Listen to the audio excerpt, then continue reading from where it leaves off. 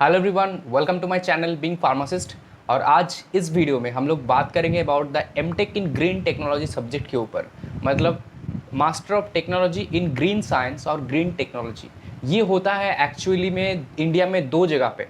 उसके बारे में हम लोग बाद में आते हैं। पहले हम लोग इस वीडियो को डिवाइड कर लेते हैं कि इस वीडियो में हम लोग बात करेंगे किस किस के बारे में। तो ग्रीन टेक्नोलॉजी के बारे में बात करेंगे से पहले मैं कुछ एनवायरनमेंट के बारे में आपको बताऊंगा। उसके बाद ग्रीन टेक्नोलॉजी क्या है, इस सब्जेक्ट का मोटो क्या है, प्रिंसिपल क्या है, ऑब्जेक्टिव क्या है, करने का क्या इसका एक्चुअली में ऑब्जेक्टिव है इस सब्जेक्ट के लिए अगर आगे जाने का, उसके बारे में बात करेंगे। नेक्स्ट हम लोग जाएंगे जहाँ पे ये होता है नॉर्मली। ये कोर्स इंडिया में दो जगह पे होता है। इस कोर्स को करने के बाद आपका फ्यूचर क्या होने वाला है, इस कोर्स को करने के बाद आपका कैरियर अपॉर्चुनिटीज़ क्या होने वाला है, कौन कौन से ऐसे सेक्टर हैं जहाँ पे आप लोगों को जाना होगा, कौन कौन से सेक्टर है जहाँ पे आप लोगों का एक्चुअली में फ्यूचर है, क्या इंडिया में इस सब्जेक्ट का अभी उतना ग्रो है, इसके बारे में भी हम लोग लास्ट में बात करेंगे। क्योंकि मैंने एक छोटा सा वीडियो डाला था, शॉर्ट वीडियो, जहाँ पे मैंने बताया था एक शॉर्ट नोट पे कि इंडिया में अगर आप लोग कर रहे हैं ग्रीन टेक्नोलॉजी और इंडिया का जो जॉब्स है इन ग्रीन टेक्नोलॉजी, और बाहर अगर आप लोग देखेंगे कनाडा, यूएसए एंड जो अलग अलग जगह है इंडिया के बाहर, वहाँ का जो ग्रीन साइंस और ग्रीन टेक्नोलॉजी के लेकर जो फोकस है उसमें कितना डिफरेंस है, तो उस डिफरेंस कितना है एंड कितना टाइम लगेगा इंडिया को उस स्टेज में जाने के लिए, टोटली इस वीडियो में बात करेंगे। बट वीडियो में आगे जाने से पहले मैं बता दूं, अगर आप लोग सिर्फ जानने के लिए आए हैं कि ग्रीन टेक्नोलॉजी का क्या फ्यूचर है, तो आप लोगों को ये पार्ट आप लोग स्किप कर सकते हैं। मैं इस वीडियो इसीलिए बना रहा हूँ, not only for the placement, because मैं प्लेसमेंट में बिल्कुल विश्वास नहीं करता। प्लेसमेंट तो मिल ही जाएंगे यार, बट एक सब्जेक्ट को लेके हम लोग आगे जाने वाले हैं, एक सब्जेक्ट को लेके हम लोग अभी 2 साल पढ़ने वाले हैं, या फिर मैं सब्जेक्ट को लूँगा अगले साल। जो जीपैट के अभी एस्पिरेंट्स हो आप लोग, या फिर आईसीटी के एस्पिरेंट्स हो, स्पेसिफिकली बीटेक कर रहे हो, अभी आईसीटी में जाना चाहते हो, किसी भी कॉलेज जहाँ पे ग्रीन साइंस हो रहा है, ग्रीन टेक्नोलॉजी को लेकर आगे जाना चाहते हो, नेशनल हो इंटरनेशनल लेवल हो, ये जानना बहुत ज़रूरी है आपके लिए कि हम लोग करेंगे क्या एक्चुअली, हमारा मोटो क्या होगा, हमारा ऑब्जेक्टिव क्या होगा। सो सिर्फ अगर जानने आए हो कि प्लेसमेंट कैसा होता है, आप लोग इस वीडियो को, इस पूरा पार्ट को स्किप कर सकते हो। आप लोग लास्ट में मैं बता दूंगा कुछ आपका डेमो, तो वो पार्ट आप लोग देख लो सिर्फ। बट मैं ये वीडियो पूरा लॉन्ग करूँगा, वीडियो में मुझे सारा कुछ डिटेल में डिस्कस करना है। आप देखना चाहते हो तो देख सकते हो सकता है थोड़ा सा हिस्टोरिकल लगे, हो सकता है थोड़ा सा साइंस फिक्शन स्टोरी की जैसा सुनने में लगे, बट आई थिंक स्टोरी सुनने में कोई बुराई नहीं है। चलिए, हम लोग को पता है कि ग्रीन टेक्नोलॉजी, ग्रीन का मतलब है जो हमारे चारों जो ग्रीनरी है, एक्चुअली जो ग्रीन मतलब यहाँ पे सिर्फ ग्रीन कलर नहीं है, ग्रीन मतलब everything which is not harmful to environment. Environment के लिए जो हार्मफुल नहीं है, जो टेक्नोलॉजी, जो साइंस, जो भी चीज़, उसको हम लोग ग्रीन के नाम से जानते हैं। ये टर्म यूज़ होता है इसीलिए, जो that doesn't harm by any kind of to the environment, because environment is the only thing that should conserve right now। अभी हमारा जो मेन फोकस है as a human being is to preserve our natural beauties, preserve our natural जो भी चीज़ है, और natural चीज़ों को कंजर्व करने के लिए हमें जो फ्यूल्स है, जो ऐसे चीज़ है जो हार्मफुल टू द नेचर, उनको कम करना है, कम से कम करना है। एंड इनको कम करने के एक ही उपाय है, वो है ग्रीन साइंस। ग्रीन साइंस के माध्यम से ही हम लोग जो अनदर थिंग्स है जिनके बिना हम लोग नहीं चल सकते हमारी ज़िंदगी में, उनको हम लोग सेपरेट कर सकते हैं, उनको हम लोग हटा सकते हैं बाय ओनली ग्रीन साइंस के हिसाब से। तो environment protection is the main focus of this course और ऑफ दिस ग्रीन टेक्नोलॉजिस्ट। जैसे हम लोगों को एक नाम दिया जाता है after doing a course, completed A course, pharmacology करने के बाद फार्माकोलॉजिस्ट, फार्मेसी बी फार्म करने के बाद फार्मासिस्ट। सिमिलरली जो लोग ग्रीन टेक्नोलॉजी करते हैं उनको बोला जाता है ग्रीन टेक्नोलॉजिस्ट। ठीक है, तो ग्रीन टेक्नोलॉजिस्ट सिर्फ उनका ही काम नहीं है, एज ए ह्यूमन बींग हम लोगों का, सारे लोगों का काम है यही। उनका काम थोड़ा सा उसके एडवांस लेवल को लेकर रिसर्च करना है। हम लोग को सिर्फ एक नॉर्मल चीज़ें पता है कि अगर हम लोग पेड़ पौधे लगाएंगे ज़्यादा से ज़्यादा ऑक्सीजन ज़्यादा मिलेगा। हम लोग जितना हो सके फ्यूल को अगर कम यूज़ करें, जो बायोडिवर्सिबल नहीं है, ठीक है, जो नॉर्मली फॉसिल्स से पाया जाने वाला फ्यूल्स है, उनको जितना कम इस्तेमाल करेंगे उतना हमारे एनवायरनमेंट को प्रोटेक्ट रहेगा।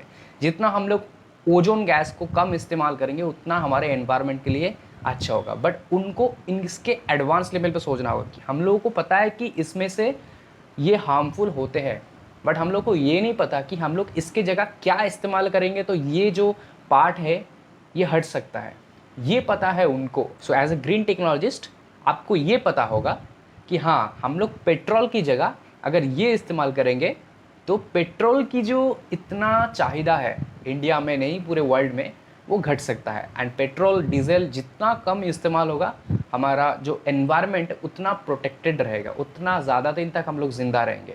चलिए सबसे पहले एक ब्यूटीफुल डेफिनेशन देता हूँ मैं ग्रीन टेक्नोलॉजी का, ठीक है। यहाँ पे आप लोग सारा कुछ देख पाओगे। ग्रीन टेक्नोलॉजी और green tech refers to a type of technology that is considered environmentally friendly based on its production process or its simply chain, ठीक है।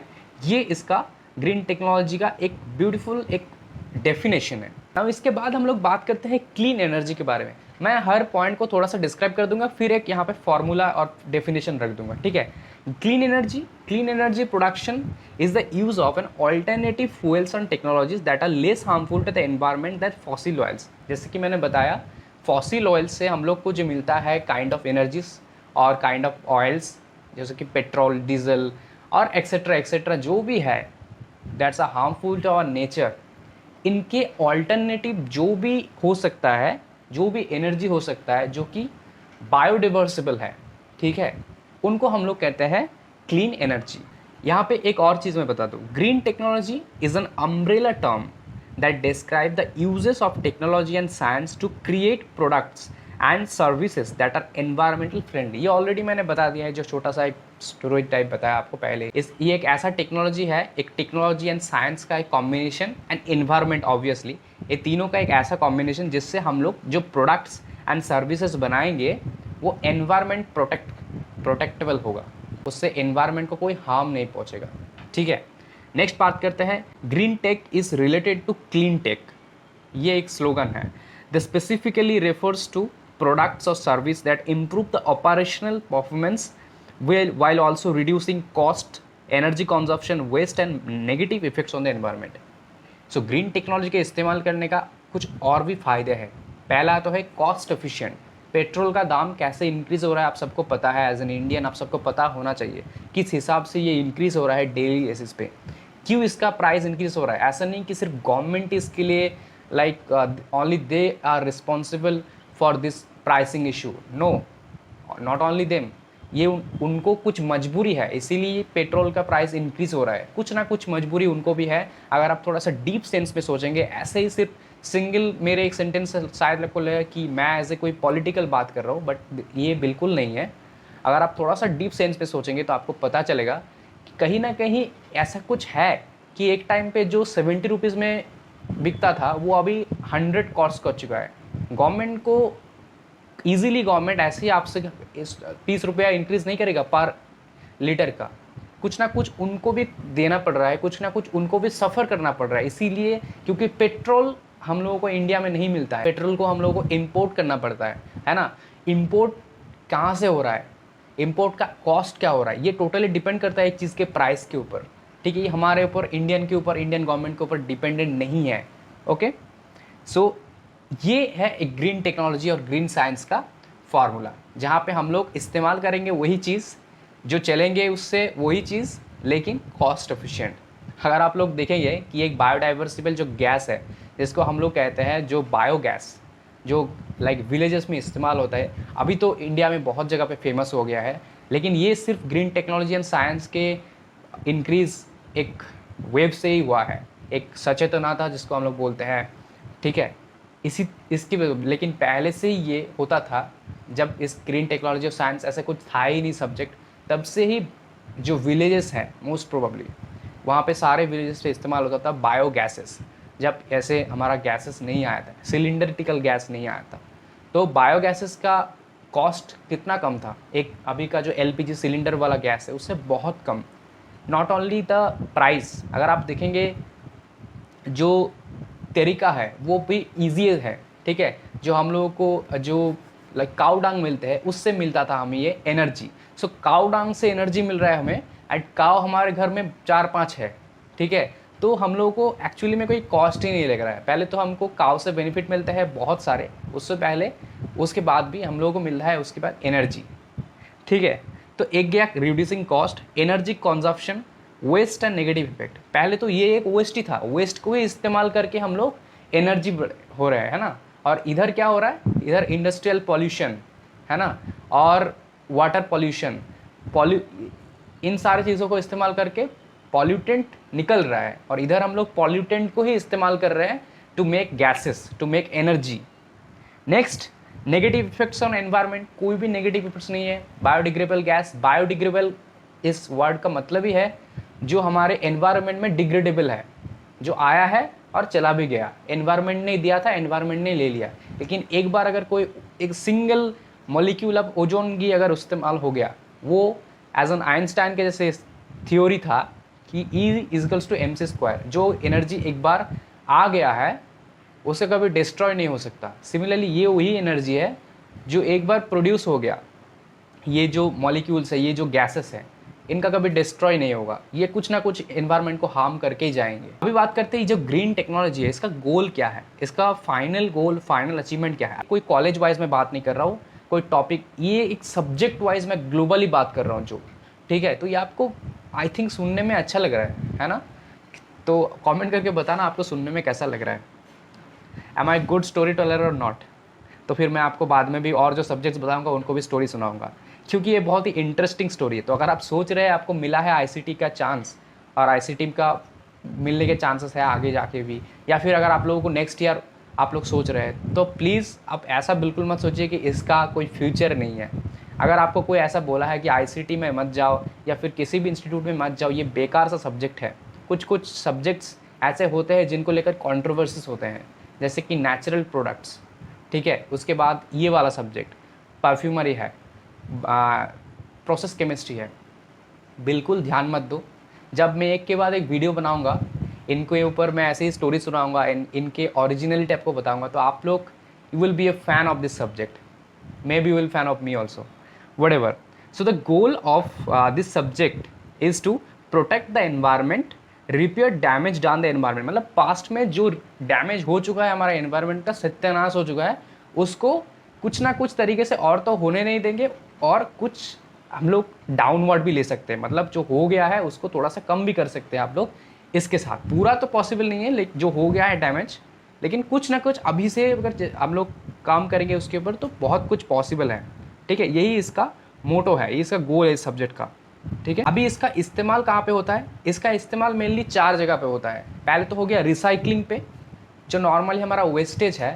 पहले तो recycling is important for any kind of purpose, ठीक है। Recycling important है, recycling तो करना ही है। कोई भी एक वेस्टेबल चीज़, ठीक है, उसको हम लोग रिसाइकिल करते हैं इसी प्रोसेस के माध्यम से, जो नॉन बायोडिग्रेडेबल एजेंट्स हैं। कुछ कुछ ऐसे चीज़ होते हैं, प्लास्टिक एक्सेट्रा एक्सेट्रा, जो कोई बायोडिग्रेडेबल नहीं है, जिनका कभी डिस्ट्रॉय नहीं होगा, उनको हम लोग यहाँ पे रिसाइकिल करते हैं ग्रीन साइंस के माध्यम से ही। हम लोग अभी देखते हैं कि प्लास्टिक के बॉटल्स जो फेंका जाता है हमसे, वो कंजर्व किया जाता है, लिया जाता है। तो उन्हीं को फिर से इस्तेमाल करने के लिए इस्तेमाल होते हैं यही रिसाइकलिंग प्रोसेस, जो कि ग्रीन साइंस ने बनाया है, ठीक है। प्लास्टिक बनाने वाला ने ये फार्मूला नहीं बनाया कि इसको कैसे इस्तेमाल करें फिर से। नेक्स्ट, जो वाटर, जहाँ पे कुछ कुछ ऐसे इंडिया पे जगह है, so not only in India, world पे अगर आप ग्लोबली देखेंगे तो बहुत से ऐसे जगह है जहाँ पे कोई जो वाटर है पॉल्यूटेड है, सारा वाटर, कोई भी ऐसा वाटर वहाँ पे मौजूद नहीं है जो पीने के लिए इस्तेमाल हो सके। तो only by using this green science it is possible to make that water पीने लायक इस्तेमाल किया जा सकता है, only by applying this green science, ठीक है। ये गया पहला, रिसाइकलिंग। दूसरा है क्लीन वाटर, जैसे कि मैंने बता दिया दूसरा। तीसरा है एनर्जी। एनर्जी तो सबसे इंपॉर्टेंट है। तो green technology can be use to process intended to conserve the energy as energy sufficient light fixture. Energy को भी मैंने बता दिया कि जैसे हम लोग जो फॉसिल्स की एनर्जी इस्तेमाल करते हैं, उनको छोड़ के उनके ऑल्टरनेटिव वेज हम लोग ढूंढ रहे हैं to make the same energy. जैसे कि इसका एक बहुत ही बिगेस्ट एग्जाम्पल है solar energy and water energy. Water energy इतना भी फेमस नहीं हुआ है अब तक, लेकिन उसका भी इस्तेमाल हो रहा है अभी बहुत सारे डैम्स में एंड बहुत सारे में अभी वाटर ट्रीटमेंट प्लांट एक्सेट्रा जहाँ पे सारा ग्रीन साइंस इस्तेमाल होता है। And the most popular is, इसका एग्जाम्पल है सोलर टेक्नोलॉजी। सोलर साइंस में, सोलर टेक्नोलॉजी में आपका जॉब्स होने का बहुत चांसेस है इंडिया में, क्योंकि इंडिया में अभी गवर्नमेंट भी इसके ऊपर बहुत जोर दे रहा है, हर जगह पे सोलर के ऊपर काम कर रहे हो। सोलर टेक्नोलॉजी एक ऐसा सोर्स है जहाँ पे, जिससे आप लोगों को एक सेम तरीके का बिजली और एक्सेट्रा मिल सकता है, बट अभी भी इसका इम्प्रोवाइजेशन ज़रूरत है। अभी हम लोग जो सोलर इस्तेमाल करते हैं उससे एक या दो ही लाइट और फैन चलते हैं, टीवी, फ्रिज, एसी, ये सब चलना थोड़ा सा मुश्किल है। लेकिन इसी के लिए तो आप लोग पढ़ाई कर रहे हैं, आपको ही इसको पढ़ना है, रिसर्च करना है, कुछ नया इनोवेटिव आपको तैयार करना है, ठीक है। चलिए, ये हो गया। यहाँ पे मैं बात करूँगा एमटेक ग्रीन टेक्नोलॉजी कौन कौन सी जगह पे है। तो as you all know, after B Pharm आप लोग ज्वाइन कर सकते हैं ICT Mumbai, ICT institute of chemical technology. यहाँ पे ग्रीन साइंस और ग्रीन टेक्नोलॉजी में एमटेक कोर्स अवेलेबल है। यहाँ से आप लोग कर सकते हैं आपका एमटेक, ठीक है। It is not M Pharm, it is MTech, MTech in green technology. इसके लिए आपको गेट देना होगा और आप लोग ICT का एंट्रेंस भी दे सकते हैं। और एक और जगह पे है इंडिया में, जो कि है पौंडीचेरी यूनिवर्सिटी, जो कि पुदुचेरी में सिचुएटेड है। यहाँ पे भी होता है ये सब्जेक्ट, ठीक है। बट यहाँ पे आफ्टर बी फार्म को यहाँ पे पॉसिबिलिटीज़ नहीं है।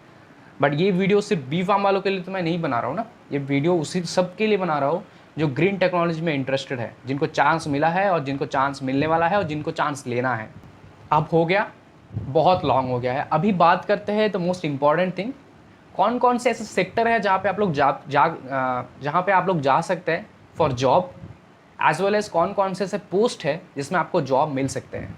बात करते हैं। सबसे पहले तो आप लोग जा सकते हैं कोई भी EPC कंपनीज़ में आप लोग ऐसे असिस्टेंट मैनेजर जा सकते हैं, as a technical sales specialist जा सकते हैं, बिजनेस डेवलपमेंट एग्जीक्यूटिव जा सकते हैं, आउटसाइड सेल्स स्पेशलिस्ट में जा सकते हैं। देन आप लोग जा सकते हैं मैन्युफैक्चरिंग कंपनीज़ में, जो लोग ग्रीन टेक्नोलॉजी और ग्रीन साइंस की मैन्युफैक्चरिंग कंपनीज़ है, different kind of manufacturing things. Railways में जा सकते हैं आप लोग, ऑटोमोबाइल कंपनीज़ में जा सकते हैं, एनवायरमेंटल मिनिस्ट्री में जा सकते हैं, एविएशन कंपनीज़ में जा सकते हैं, एविएशन मतलब जो फ्लाइंग, ठीक है। एनवायरमेंटल प्रोटेक्टेड एजेंसी मतलब प्रोटेक्शन एनर्जी जो है एजेंसीज है, वहाँ पे जा सकते हैं आप लोग as a green building consultant, technical leader, manufacturing engineer, ये सारा पोस्ट है।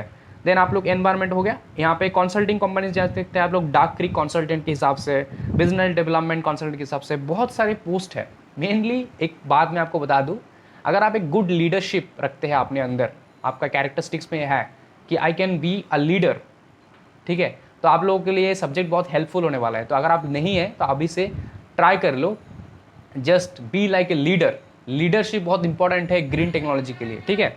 अभी मैं आपको ICT मुंबई में जो लोग ग्रीन टेक्नोलॉजी और साइंस के लेकर जाना चाहते हो, जिनको चांस मिला है, जिनको चांस आगे जाके आप लोग चाहते हैं, उन कुछ एक्स्ट्रा चीज़ मैं आपको बताऊंगा कि इनका प्लेसमेंट नॉर्मली कहाँ पे होता है, कौन कौन से कंपनीज रिक्रूटर्स आते हैं, और कुछ एग्जाम्पल आपको यहाँ पे शो करूँगा जिनका लास्ट कुछ ईयर्स में प्लेसमेंट हो रहा है बहुत अच्छे सी जगह पे। लास्ट कुछ ईयर्स मतलब लास्ट ईयर्स के मैं दिखाऊंगा एक्चुअली में, क्योंकि वही इंपॉर्टेंट है, वही मायने रखते। तो अगर मैं बात करूँ ICT के रिक्रूटर्स की, तो 2021 में किमबॉन्ड, Biocon, Aarti industries limited, Reliance industries, Agilent, Godavari biofinances, तो Dharamsi Morarji chemical company limited, A&B, Berger, Wockhardt, Perkin Elmer and Xylem, ये सारे कुछ कंपनीज यहाँ पे आए थे। एंड अगर मैं बात करूँ कि 2020 की, तो रिलायंस एनर्जीन and ocean is not a, Cipla, then Aarti industries limited, Macrolabs आया था यहाँ पे, हिट्रो आया था, बायोकॉन बायोलॉजी से आया था, गोदावरी बायोफार्मेसी फिर से आए थे, एग्लिएंट आए थे फिर से, एंड इंतस आए थे इस बार, एमरसन आए थे, JSW आए थे, आदित्य बिरला ग्रुप, यूनिलीवर का प्लेसमेंट आए थे, ग्लेनमा, गोदरेज, किमबॉन्ड, Pfizer, Xylem, Thermax, doctor Reddy's, Lupin, Zydus Cadila, ये सारे कुछ ऐसे कंपनीज हैं जो इस साल विजिट किए हैं इस कंपनी को। अभी कुछ आपको लाइव एग्जाम्पल दूंगा किनका यहाँ पे कुछ अच्छे अच्छे प्लेसमेंट हुआ है ग्रीन टेक्नोलॉजी से। सबसे पहले बात कर ले इन दोनों का। सेंटर ऑफ ग्रीन टेक्नोलॉजी 2022-20 का बैच था ये, इस साल का इन्होंने कंप्लीट किया है। इनको for getting placed in the galaxy global supplier and to global brands, इनमें इनका प्लेसमेंट हुआ है इन दोनों का। नेक्स्ट मैं बात करूँ तो सेंटर ऑफ ग्रीन टेक्नोलॉजी, यहाँ पे कॉन्ग्रेचुलेशन किया गया है या इनको for getting placed as a project associate. आप लोग इसमें पोस्ट का नाम भी देख सकते हैं। यहाँ पे इनको मिला है नेशनल केमिकल लैबोरेटरी, ठीक है, centre council of scientific and industrial research, मतलब इनको CSIR में एज ए प्रोजेक्ट एसोसिएट इनको चांस मिला है गेटिंग प्लेस्ड इन प्रोजेक्ट एसोसिएट। तो ये तो एक सेंट्रल गवर्नमेंट का एक प्रोजेक्ट एसेट है, तो बहुत ही अच्छा है, इनको मिला है, कॉन्ग्रेचुलेशंस। फिर इनको देखिए getting placed as junior research fellowship, मतलब JRF इनको मिला है, इनको एक्ट्रैक्ट में मिला है advance centre for treatment research and education cancer, यहाँ पे इनको चांस मिला है आफ्टर ICT MTech इन ग्रीन टेक्नोलॉजी। फिर ये आते हैं इनके बारे में, ये है इनको मिला है द यूनिवर्सिटी ऑफ नॉटिंगम, इनको मिला है यूनिवर्सिटी ऑफ नॉटिंगम में fully funded scholarship in CTT PhD sustainable chemistry, इनको ये PhD कर रहे हैं। इन चारों को मिला है chance for getting place in Genpact, इन चारों को जेनपैक्ट में मिला है, ठीक है। कुछ एलुमिनीज है जो इस साल का जिनको प्लेस्ड हुआ है बहुत अच्छी अच्छी जगह पे, किसी को PhD मिला है इंटरनेशनल यूनिवर्सिटीज़ में, किसी को आपने देखा कि CSIR में मिला है as a junior research fellowship, किसी को एक्सेट्रा कॉम्परेंस में मिला है। मैंने यहाँ पे सारा स्टूडेंट्स का इंक्लूड नहीं किया है, कुछ कुछ का किया है।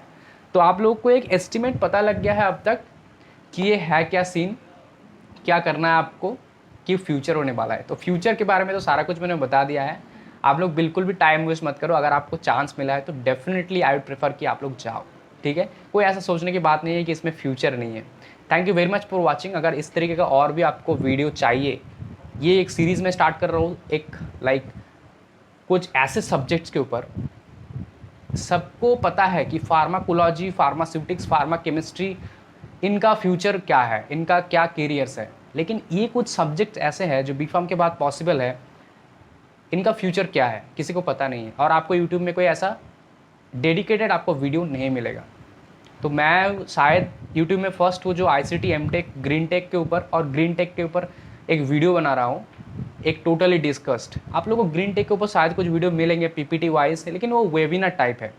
यहाँ पे मैंने जैसे डिस्क्राइब किया ऐसे आपको वीडियो नहीं मिलेंगे। तो इस बात पे एक लाइक करो वीडियो को, वीडियो में कमेंट करके बताओ कि आपको और कौन से सब्जेक्ट के बारे में जानना है, and please do not forget to subscribe the channel. Thank you very much.